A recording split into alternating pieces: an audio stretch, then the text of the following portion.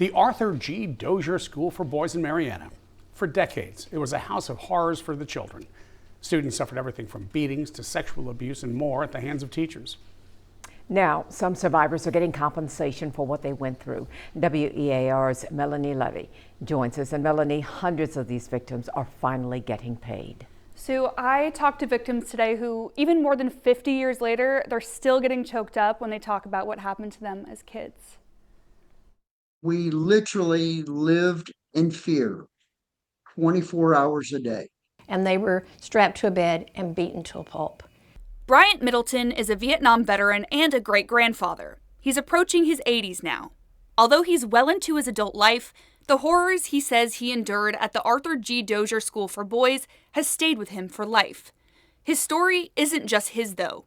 Reports of abuse at the Dozier School for Boys date back as early as 1900 when it opened. Middleton says that for decades, students ages 5 to 16 were tormented by instructors. He also says they were sexually abused, beaten, chained, and some even died.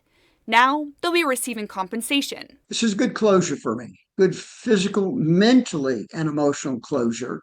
The process began in 2005, when Middleton and 3 others requested a formal investigation into the school. He wasn't seeking money, but rather a look into the conditions students were still living in.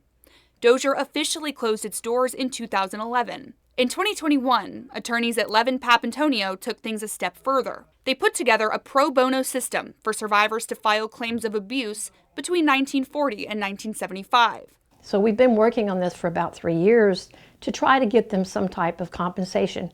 But what's really important to them is that they get recognized, that they get justice. Lawyers at the firm turned to state lawmakers for help. Governor DeSantis signed into law Bill HB 21 in 2024.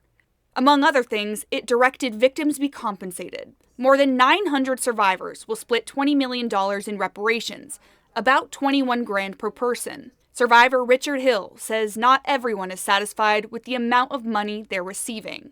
I think a lot of people are disappointed in that. I mean, gratefully we got something, but we didn't feel like we got enough, actually, for what we went through at Dozier School for Boys. The amount of money is a meager, almost an insult.